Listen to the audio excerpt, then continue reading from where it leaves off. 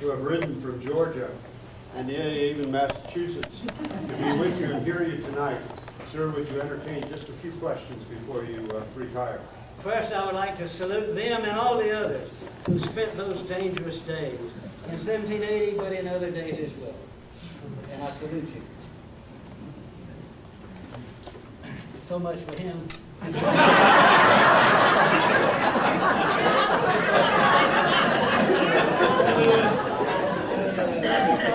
If anybody has a question they think I can We have answer, one question over here, Dr. well, I'll Stukes. make sure I can answer it. Yeah, I'm sure you can, sir, since it concerns you personally and immediately. All right. Before Charleston fell, there was another assault on the city a year earlier. Yes? At that moment, it appeared Charleston would fall, and you sent a message to the British commander offering to withdraw South Carolina from the war and remain neutral for the remainder of the war if they just leave Charleston alone. Yes. They were well trained, and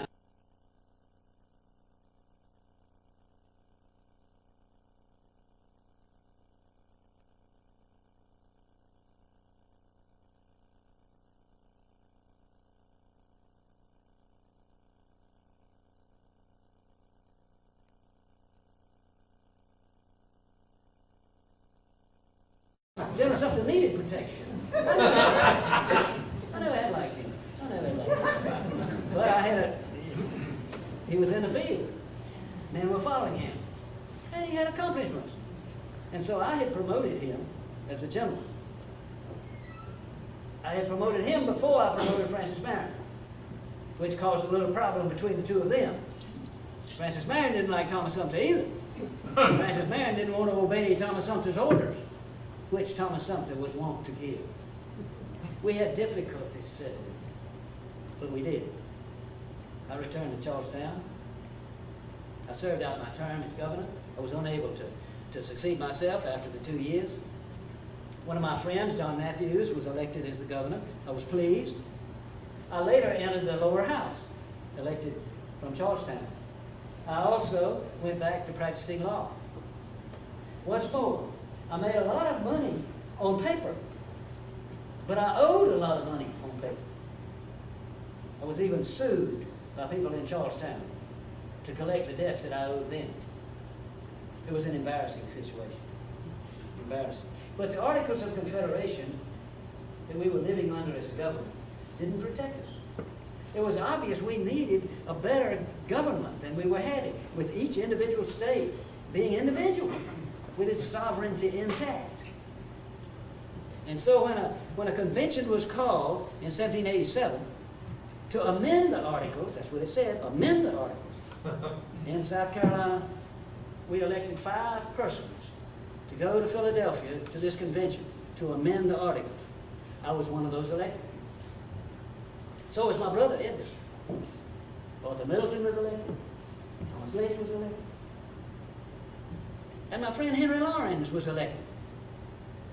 Henry, unfortunately, as he was on a diplomatic mission, had been captured at sea and had spent time in the Tower of London.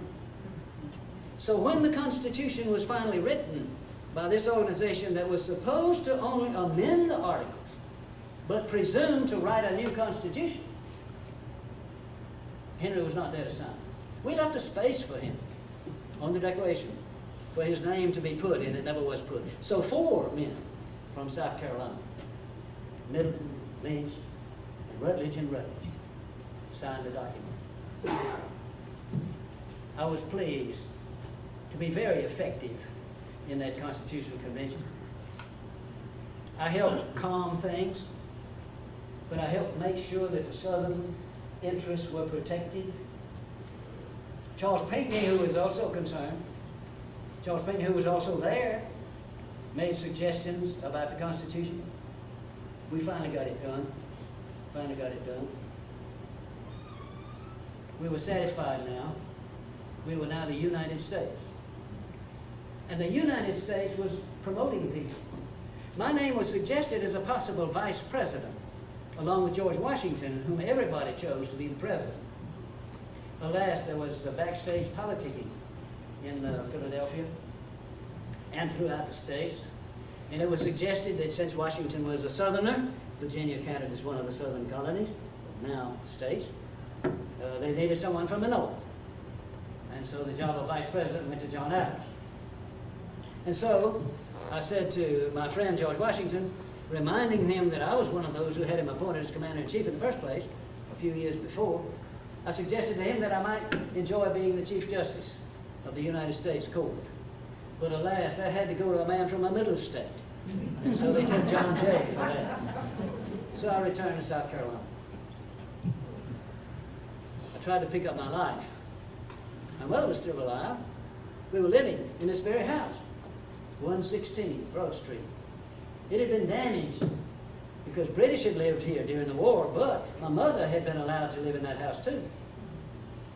General Leslie, the British leader, had been kind to my mother.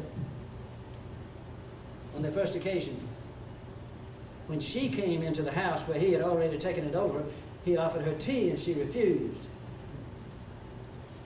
He offered her wine and she refused. He offered her cognac and she accepted.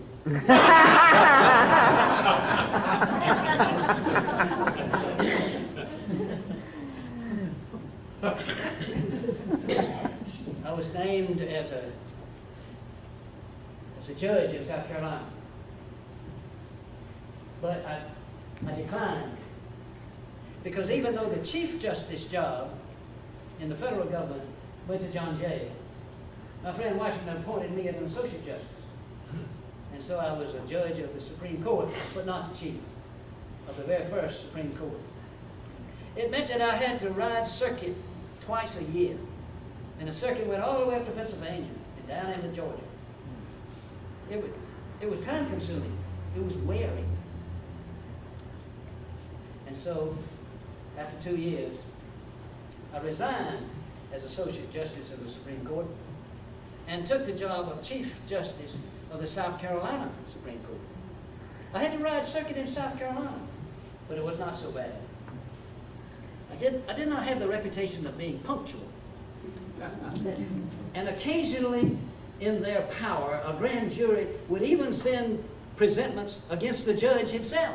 But on one occasion, the grand jury presented me with the fact that I was not in the courtroom at 10 o'clock.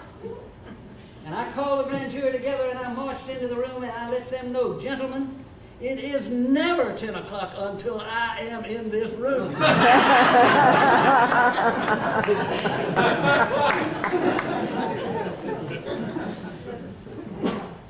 But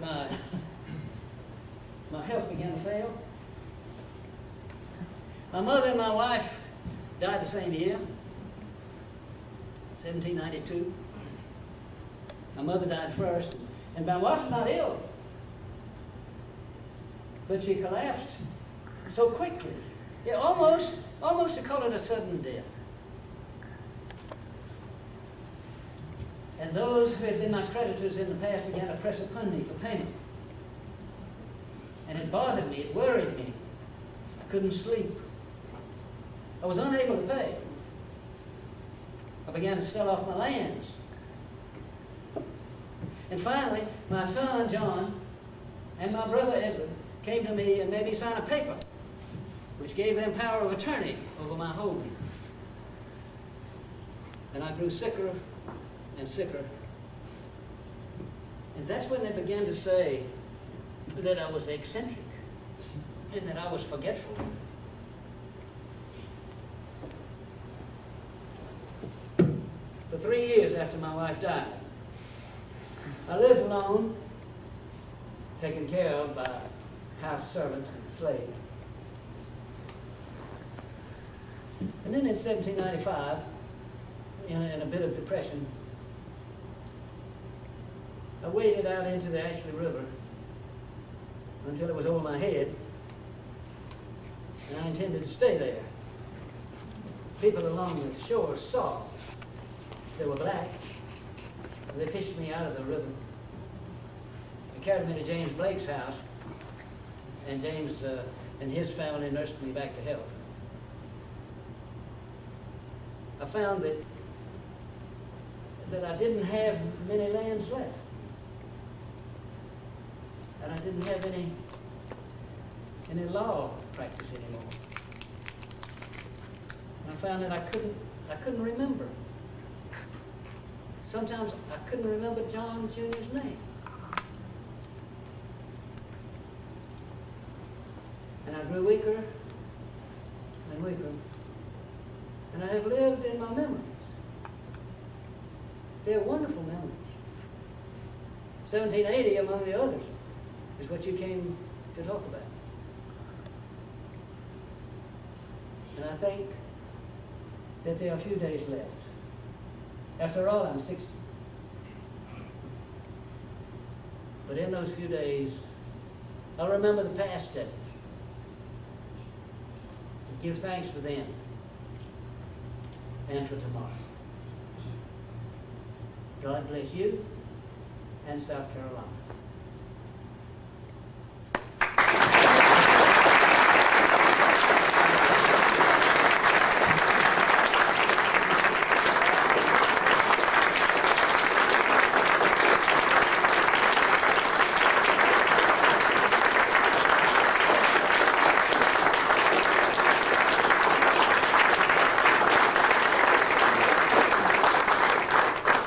Mr. President, sir, there are people here that fought with us during the Revolution. South Carolina and also Georgia and also North Carolina back as colonies to England in order for the rest of the colonies to be independent.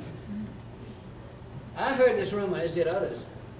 I even wrote the Continental Congress and said, you need to make some statement about this. Frankly and gratefully they did.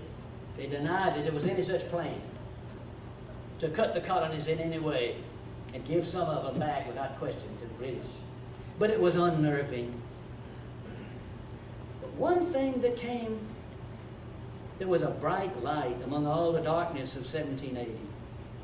And that was this man that I had once commended for his action in the Battle at Sullivan's Island, in what we now had begun to call Fort Moultrie. In that battle back in 76, Francis Marion had been the artillerist.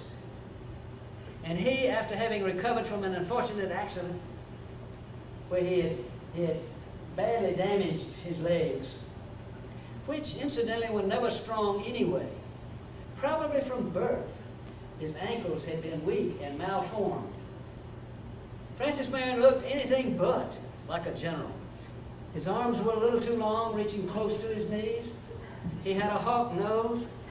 He was not as tall as most people. He was of lesser stature than most. And he was slender. He looked like anything but a gentleman.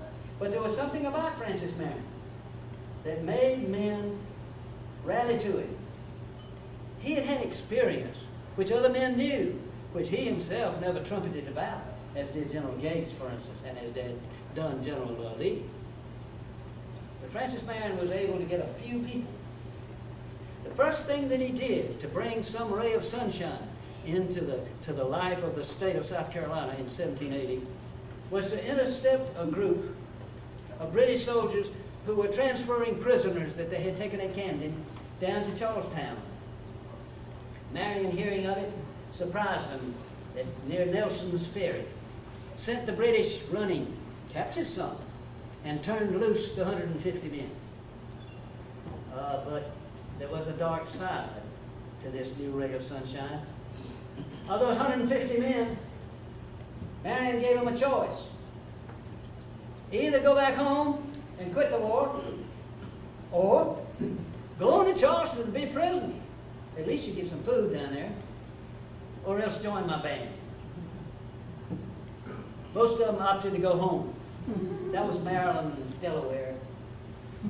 About 80 of them decided that they would go on down and be prisoners.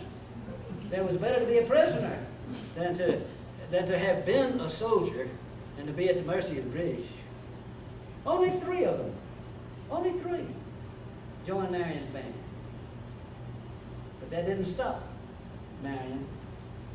Within a month, at the Blue Savannah, Marion, surprised with a double envelopment, defeated the British, scattered them from a field. And another month or so, down at Black Mingo Swamp, he didn't surprise them, but he outfought them. a group of some British, but mostly Tories, under the command of a man named John Cunning Ball, a cousin of my friend Henry Lawrence. Ball escaped by running into the swamp, and he left his horse,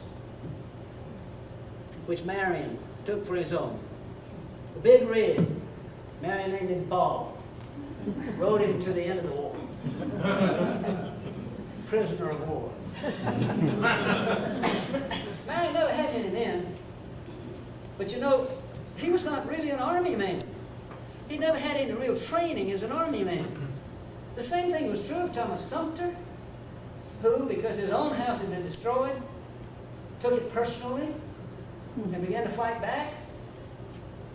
Sumter didn't win many battles, but he fought them, and he kept the British nervous. Marion won more battles, but they were always small. Marion never had really more than 50 men or so, and then occasionally when the time was right and he had set out commands and pleas for men to join him, maybe he would get up to 100, maybe even 150, not much more ever. And he would hit and run. That's the only way we could beat the British, but that's the way we beat them. All the way through 1780. So that at the end of 1780, while the job was not yet done, things looked very, very good for South Carolina. As a matter of fact, early in 1781, Marion went on at Fort Watson, captured Fort Watson, at Fort Mott, and again later with the help of a new general from the north, General Nathaniel Greene, the third general that George Washington sent to us. And with that third general, we won at Eutaw Springs. Not a wonderful victory at Eutaw Springs, but a victory, a clear victory. Shortly after that wonderful year of 1780, the British now, instead of dominating Charlestown, Camden, and even 96, now they had withdrawn. And they were occupying only enclaves, Georgetown, Charlestown, further south along the islands. The British, as we know, never got over it. 1780, great, we ought to celebrate 1780. We ought to celebrate its 100th anniversary. We ought to, in the future, celebrate its 200th anniversary, its 225th anniversary. This is when South Carolina did their share. Not only along the coast, but up at Cowpens, and later at Kings Mountain. And the British were gone, except around Charleston. It was 2 years from the time that the legislature had given me absolute power. They passed a resolution back there in 1780 that said that I would have the power to give any orders in South Carolina except to take the life of a citizen without a fair trial. I never did try to take the life of a citizen without a fair trial. I did order some trials. And I did try to answer the British in their own way. On one occasion, I even suggested, because of the horrendous things, the inhuman things that the British were transparently doing to our people, I did order that it would be possible to hang a British officer who was a prisoner for every house that was burned. It sometimes happened. It sometimes happened. Finally, late in 82, we were able to have a legislative meeting. We decided to meet in Jacksonburg, not far from Charlestown. We couldn't meet in Charlestown, the British were still there. But we met there in Jacksonboro, and with some more fighting, and with the fact that the British were losing now up around Boston and New York and the rest of America, and the fact that they grew tired of the war, we were finally able to make arrangements for the British to abandon Charlestown. They were able to take with them some of the loyalists who had fought with the British, and all the loyalist belongings. It took 300 British ships to take away the Tories that wanted to leave South Carolina. 300 ships. There were over 4,000 Tories who left. But now, South Carolina was a free and independent state. Some Tories stayed. And we decided that we needed to punish those Tories for what they had done during the war. Because some Tories had left, we confiscated some of the plantations. As a matter of fact, we confiscated 237 by name and another 250 by category. The state now owned all this land. It was the way we paid a good many soldiers, by giving them the land. We didn't confiscate everybody's estate. We amherst some, as much as 12% of their total worth. 47 by name, 47. And about another 50 by category. And in this way, we tried to say, if the war was over, the debts are settled. We also had to pass a law to give debt relief to those who had piled up debts during the wartime. And we passed one law that protected the soldiers, the general officers, in case they had committed some sort of crime during the war in the name of the war. General Sumter was delighted at that. And since I cannot stop you any other way, I offer my resignation. And it stunned them. They turned to Arthur Middleton. And Arthur decided that he would not accept the job as president or as governor of the new state. And then they turned to Rollins Lowndes. And Mr. Lowndes accepted. I went back. As a matter of fact, I came back to this very house. Elizabeth and I had built this house on Broad Street, number 116. The best house on Broad Street in Charleston. I resumed my practice of law. It was almost more than I could handle. As my friend Henry Lawrence was at work at 5 a.m. every day, so was I at work at 5 a.m. every day. I did a great amount of work. I piled up a great amount of credits. Not money, credits. And with those credits, I bought a good bit of land. As a matter of fact, at the height, I owned 173,000 acres of South Carolina land. A good bit of it around. I owned 29 lots in Charleston City. The rest of it scattered throughout the low country, but also some land up in the 96 district. We anticipated the expansion of the state. Well, I knew it from the start. Mr. Lowndes was a vacillator. He never could quite make up his mind. And particularly in crises, Rollins Lowndes just never knew what to do. And after he had stumbled along as the governor of the state for 11 months, he resigned. We had a new election. Altogether, in the combined houses, there were 163 votes. And I received 154 votes. And so I became the governor of South Carolina. 1778. 1778. And you wanted to talk about 1780. It came quickly. It was the worst year for the colony of South Carolina, for the Republic of South Carolina, and for the state of South Carolina. In May, despite the fact that General Washington had sent us a new leader, a better leader than Lee, in my opinion, but who was not better, in my opinion. His name was Benjamin Lincoln, a big man from Massachusetts, a man who in battle had already been wounded, and he limped on his left leg. He had been on the battlefield. His courage was not questioned.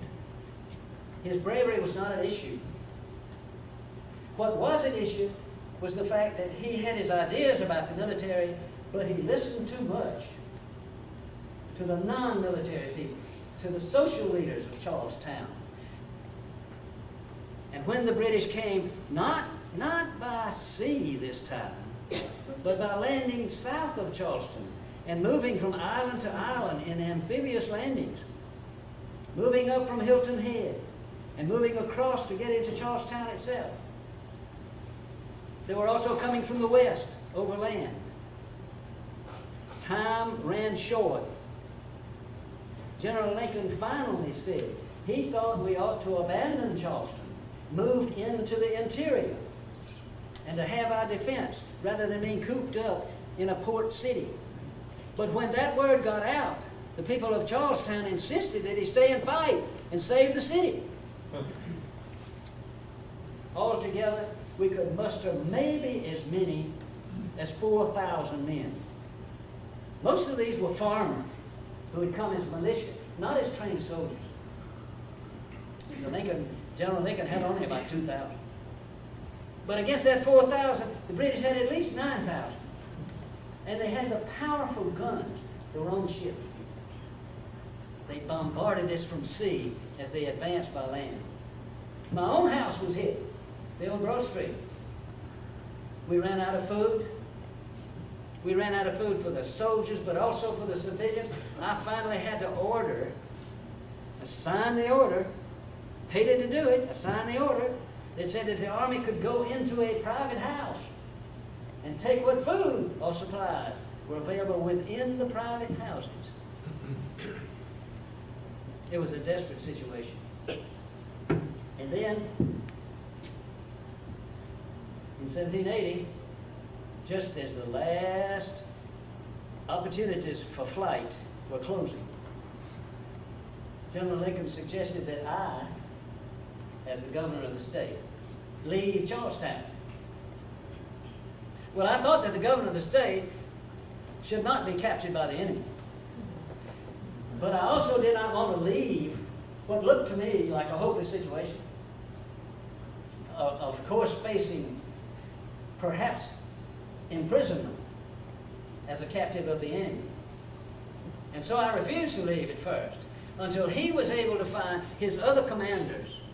And he drafted a letter and had them all sign it, pleading with me to leave Charlestown and to carry on the government in the rest of the state of South Carolina. Faced with such an appeal, I agreed to go. Only 4 of us went. We slipped through the lines. We were fortunate not to be captured. One of those who went was my brother Edward. Others, one Pinckney, one Eugene, and the 2 of us Rutledges. And then, almost for the next 2 years, I was on the move. At first I came to Orangeburg, second city in the province. And I thought surely I could organize things in Orangeburg. Well, the people came out. But there was great resistance for folks in South Carolina who, facing the danger of the British government's forces, realized that South Carolina is a colony, fighting almost by itself. No help from North Carolina, no help from Virginia, no help from New York, no help from Massachusetts, fighting against the greatest government in the world with a powerful fleet and a just as powerful an army. And so I was not able to raise many recruits. In fact, a great number of the people in the colony, having given up hope of independence, flocked back to the British crown. They began to fly the British flag over their houses. Many of them had gone and signed documents. Those who had been captured in Charlestown, when finally that city fell, many of them signed paroles to say that they would not fight again. Later, some of them said, although not all of them, they would not only not fight against the Americans, they would fight for the British. Not just staying neutral, but actually fighting for the British. The British demanded that. And some people agreed. Not all. Not only did Charleston fall, but a few months later, in Camden, which was another one of the major cities, which the British had picked, in a battle in Camden, a terrible battle. General Washington had sent General Gates down to defend Camden. General Gates came with all the reputation of having been the victor at Saratoga. He came with all of the announcement as to what he was going to do. He had with him another general, a German, de Kalb. I had never met de Kalb, but I came to realize that he was probably the best of the generals in South Carolina at the time. But the commanding general was Gates. And in a terrible battle in August of this crucial year, 1780, Gates's army was decimated, badly defeated and scattered. Gates himself fled the area. And so we had lost two armies, one in Charlestown, one in Camden. And there were other battles round about. There was one general named Sumter who had gone up to Fishing Creek, and he was going to fight. And he tried to fight, and he was badly defeated again. It was a dark, dark time. Frankly, a lesser man than I would have been ready to quit. Added to the problem was the rumor that kept coming back, and that is that the Continental Congress up there in Philadelphia, that Continental Congress was ready to turn the three lower colonies back to England. That is to give us